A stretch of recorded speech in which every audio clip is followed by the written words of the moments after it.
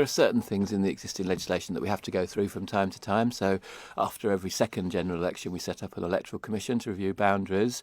This is about fundamentally changing certain aspects of representation of the people in electoral registration. And essentially what we're doing is we're tidying up some issues that were raised in a select committee of Tynwald after the last election. And we're also making a quite important change from a system of annual canvassing to one person in the household about everybody who should be on the electoral register from that house. What's the thinking behind that? To individual continuous registration. So the thinking behind that, from an election point of view, is it's to make it easier for people and better for us. So each person who corrects information and fills in information by email or online and all of that is cheaper for us to process. But individuals take responsibility for their own registration. Yeah. The elephant in the room is the fact that there was just 53% turnout in the last general election. Yeah. For an island which should be fascinated by its own politics, that's not good, is it? It's not good, and I don't think it's entirely a function of electoral registration. I'd say it's down to the politics of the island. And what we need candidates in 2021 to actually set down their stall and say. You don't think it's make it easier for people to vote? It would increase that. Yeah, clearly we are trying always to make it easier. So we're reviewing where polling stations are. We're reviewing how people can vote. We're reviewing how people can register. Because it's not only an issue of turnout, John. It's also an issue of being on the electoral register in the first place. So yeah, we've got to make all of those sort of amenity factors easier. But most importantly, politics matters. Politics affects education. Politics affects your healthcare.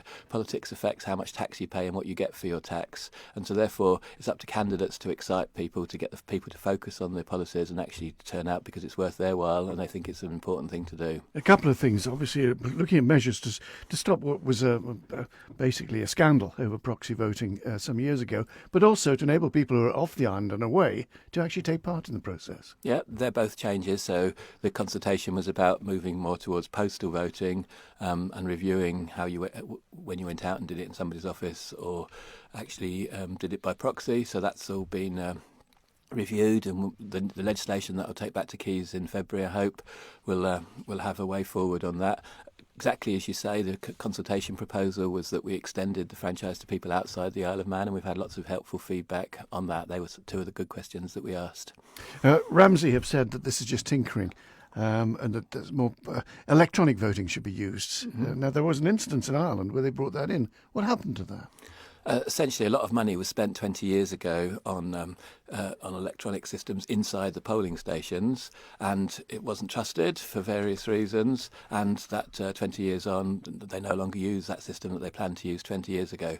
So the essence of it, John, is that the legislation we'll be taking in February will enable future technology to be used if it's ever cost effective.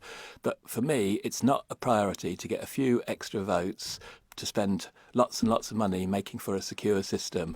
What we want to do is we want to focus on the electoral registration system and link that to other things later as a software project and as a transformational of government project. And separately, we want to have legislation to encourage turnout. And you nailed it with your earlier question, John. The crucial thing about encouraging turnout is actually making people think it worth their while and important to vote. And that's what the election is going to be about, I hope. So the answer to Ram said, even if you wanted to bring in e-voting, it would take some time and be a different project. It is constantly being reviewed. The project, the background to it is actually being done in terms of software through the way we change in registration. But essentially, the evidence from Estonia, where e-voting is used, there's only 31% of people use e-voting to vote, and most of those, nearly all of those, are transfers from another form of voting. If we introduced it, the most important thing in Ramsey is they only had 2 polling stations. Some constituencies in Douglas had 5 polling stations, and the turnout in Ramsey was much higher than other constituencies. Many more young people were engaged in Ramsey. Why is that? It could just be that Alex Allinson and Laurie Hooper and the other candidates are still really exciting candidates and made it very important for people to vote. 140 people took part in this. Have they altered your views in any way? Yeah. So we've 4 or 5 issues. We had very valuable input. Top of the list? Well, for instance, we've covered one with e-voting. Another one would be to do with the edited register. There seems to be some misunderstanding about our intentions to do with the abolishing the edited register. I think people thought we might be going to sell the full register, but we're not. We're just not going to sell any register. But that does happen, doesn't it? It's available to people. The full register is available to the right people for the right reasons. Who are the under right law. people? Well, like for instance, credit reference agencies use it. So another reason to be on the electoral register, even if you're not going to take part in that very important thing called politics, is to actually enhance your credit reference score. So you can expect mail through your door. No, but in the past there has been an edited register that could lead to mail through your door, but not in the future, because we're not going to sell it for mail marketing purposes. Was that because people you felt objected to it? I personally do. I don't think things should be mixed up, so we're making the change.